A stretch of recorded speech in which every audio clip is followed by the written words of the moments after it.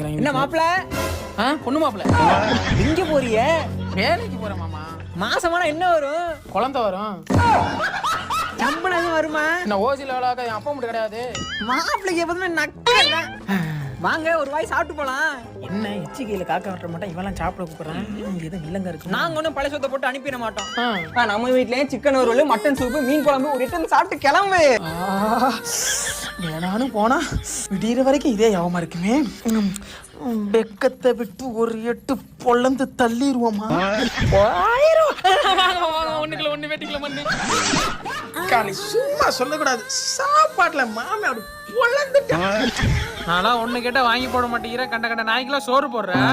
இதுக்கெல்லாம் உனக்கு ஏதியா காசு? சும்மா ராமவனே, 3 மாசத்துக்கு அப்புறம் இப்பதான் ஃப்ரிட்ஜை க்ளீன் பண்ணிருக்கேன். தெரிஞ்சுக்கிட்டேன் உலகம் புரிஞ்சுக்கிட்டேன் கண்மணி.